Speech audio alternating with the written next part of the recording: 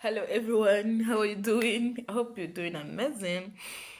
Nizere ko mumeze neza, nanjye je vais bien.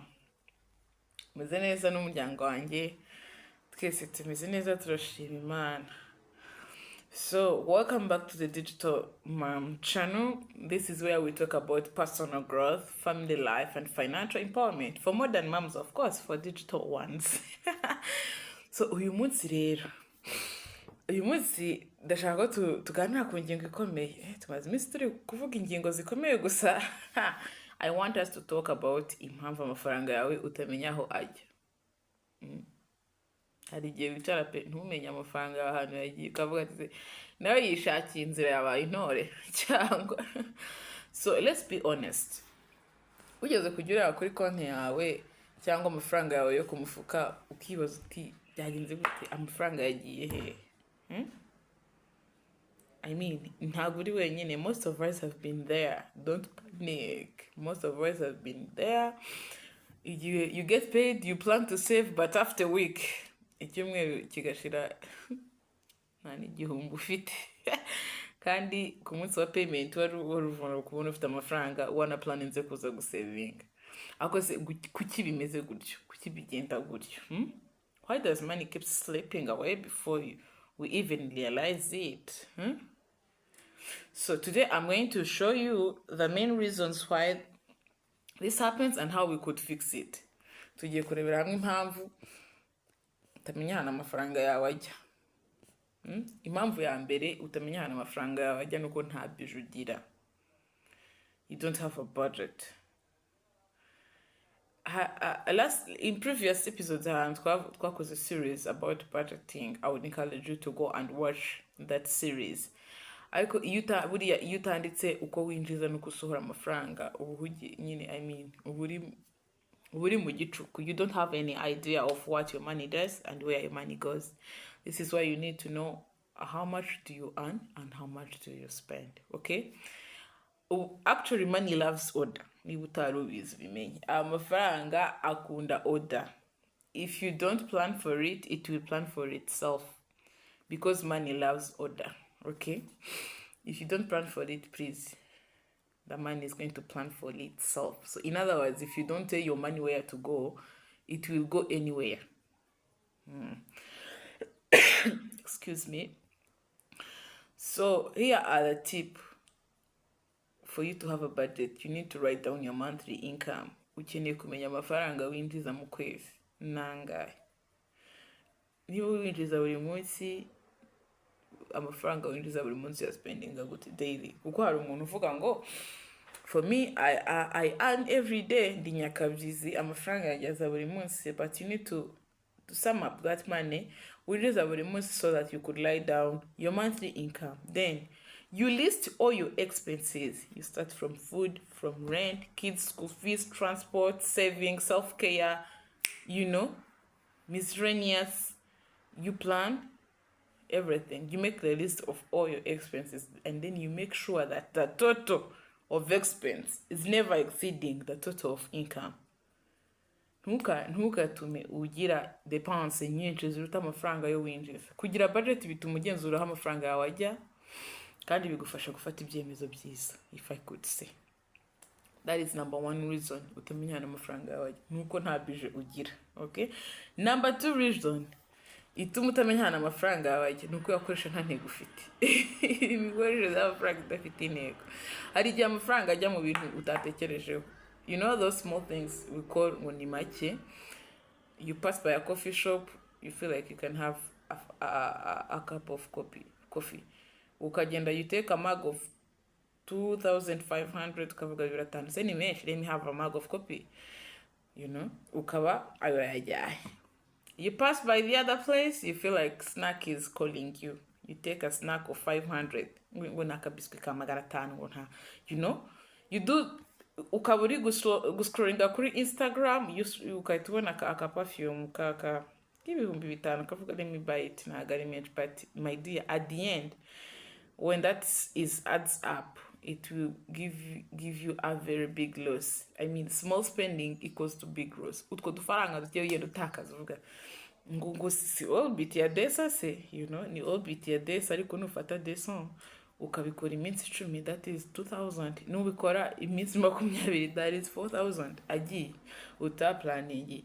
I mean, small spending equals to big loss. So before you buy anything, ask yourself, do I need this or do I want this?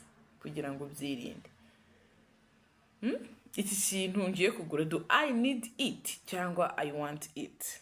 Iyo utekereje uko bituma nyine ugura ibintu by'ingenzi kuruta kugura ibintu nyine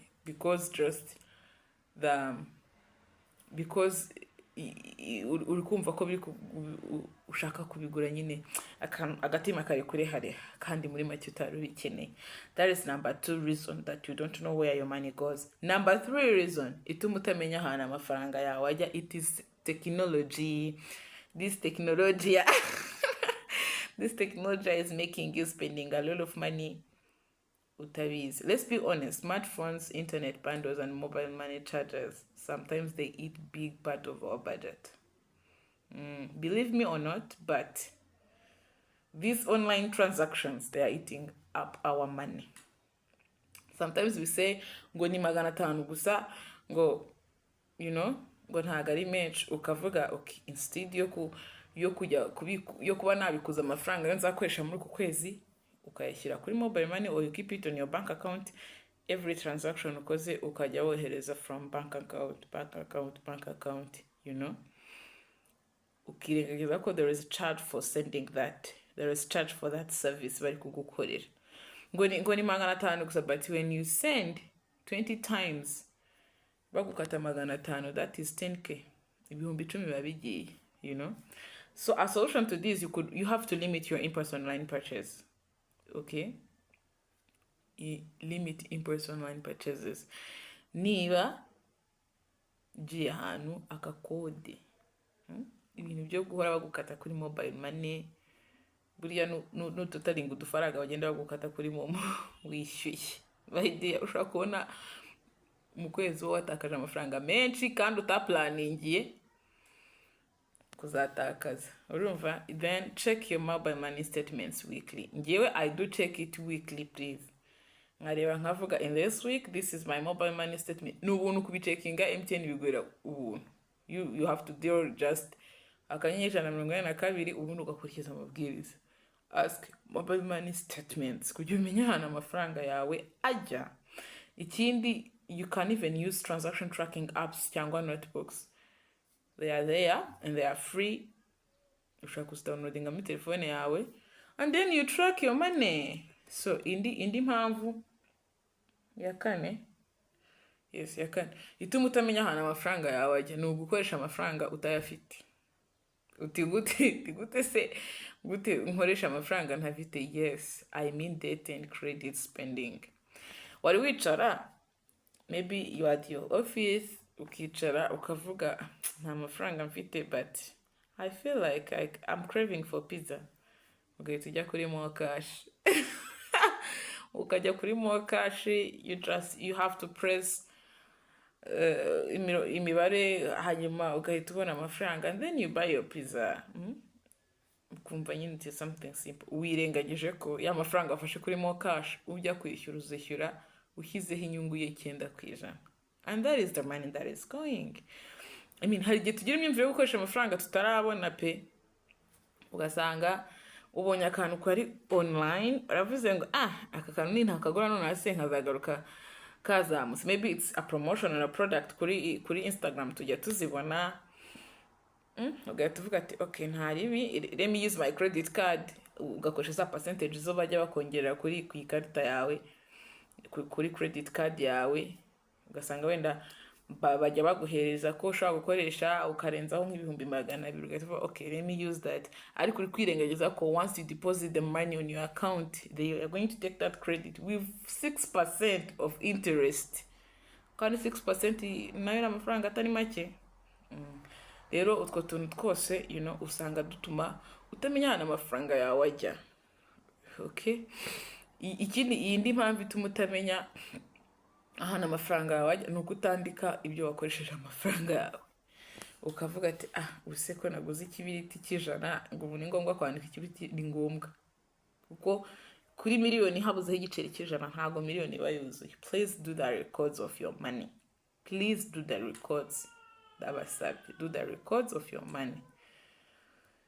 So mainly this is how we are just losing our money tutazi ngo yanagiye he. So how we need to control aya mafaranga kugira ngo noneho tubashe kumenya ahantu ajya. Number 1, have a budget. Gira budget. Ntabwo kugira budget ari ubugugu, kugira budget si ukwiyima, ariko kugira budget no kugira intego ku mafaranga yawe, no kugira na mbese umubano mwiza n'amafaranga yawe, niba nabivuga gutya. Number 2, track your spending. Make sure you know where your money is going. Amafaranga yawe ajya he. Ikindi, cut unnecessary expenses. Hari expenses ziba zitari ngombwa. Izo zitari ngombwa, just cut them and behave with your money. Then avoid short debts. Utuntu two kuvuga ngo quick credit tudukore mu mutwe, utuntu two kwicara ukumva ngo I have my more cash account, reka ngende mite niguriza, tudukure mu mutwe. Ntabwo bikwiye ko ushaka kugira ikibazo mu cash kagutabara, ariko before you go to deal those numbers ngo ubone ayo mafaranga yo kuri mo cash, banza we n'umutima wawe mwiganirize, wibwize ukuri, wibaza iyi nguzanyo kuko nari ngikeneye, unatekereze ko uzayishyura washyizeho inyungu. Yes, so ni ibinaba ukaba tuganiriyeho. Ndagushimiye warebye video kugeza kuri uyu munota. Ntiwibagirwe gukora like, uko share, uko subscribe, and see you in the next episode with love from the digital mom. Bye.